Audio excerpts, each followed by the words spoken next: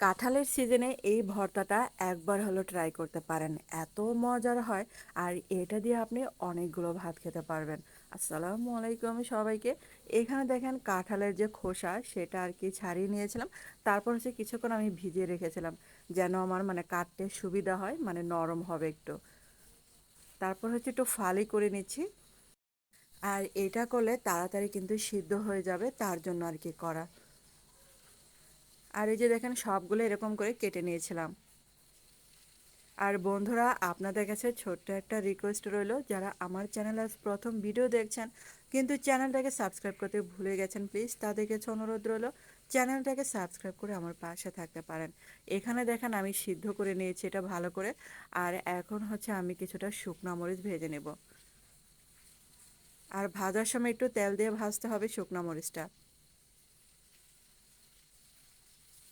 আর এই যে মরিচগুলো কিন্তু ভাজা হয়ে গেছে। আর এগুলাকে এখন নামিয়ে ফেলছি চুলা থেকে। তারপর হচ্ছে আর একটু তেল দিয়ে নিলাম। আর এখানে হচ্ছে 2 পিস বড় সাইজের চাপা শুটকি দিয়ে দিলাম। আপনারা চাইলে এখানে যে কোনো শুটকি দিয়ে মানে ভর্তাটা করতে পারেন। আর চাপাগুলো কিন্তু একটু ভালো করে ভেজে নিতে হবে। আর এই যে দেখেন চাপাগুলো কিন্তু ভাজা হয়ে গেছে, এগুলাকে এক সাইড করে নিচ্ছে। তারপর হচ্ছে পেঁয়াজ রসুন কুচি দিয়ে দিলাম, এগুলাকে এখন যে ওই তেলের মধ্যে ভেজে নেব।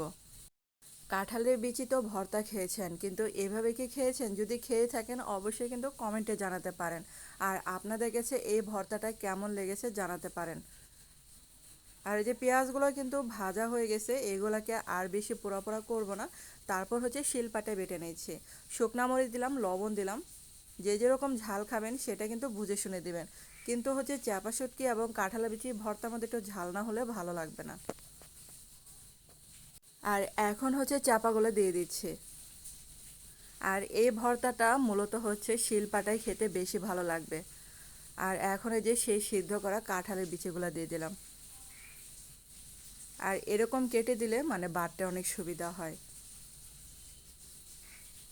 আর এখানে দেখেন আমি একবার কিন্তু বেটে নেব, দুইবার আর বাটার দরকার পড়বে না। আর একটু দানাদার থাকলে কোনো সমস্যা নেই, কামড়ে কামড়ে পড়লে অনেক ভালো লাগবে খেতে।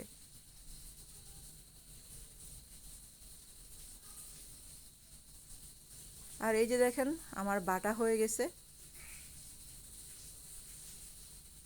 এখন হচ্ছে পেঁয়াজ ভাজাটুক দিয়ে দেব।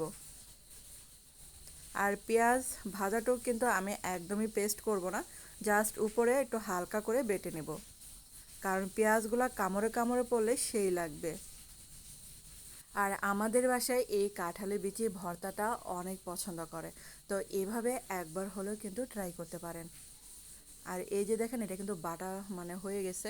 আর এটা বেশি ঝামেলা নেই, মানে এতবার বাটতে হয় না, দুইবার একবার সব কিছু বাটলেই হয়ে যাবে। আর এখানে একটা কথা বলার আছে, এখানে কিন্তু কোনো সরিষার তেল দেওয়া লাগবে না, কারণ সবগুলোই তো আমি তেলে ভেজে নিয়েছি। আর সরিষার তেল দিলে চাপার সেই গ্রানটা থাকবে না আমার মতে আর কি। তো আমি কিন্তু চাপা শুটকির মধ্যে কোনো সরিষার তেল ব্যবহার করতে একদমই পছন্দ করি না। আর ভিডিওটা ভালো লাগলে একটা লাইক দিতে ভুলবেন না।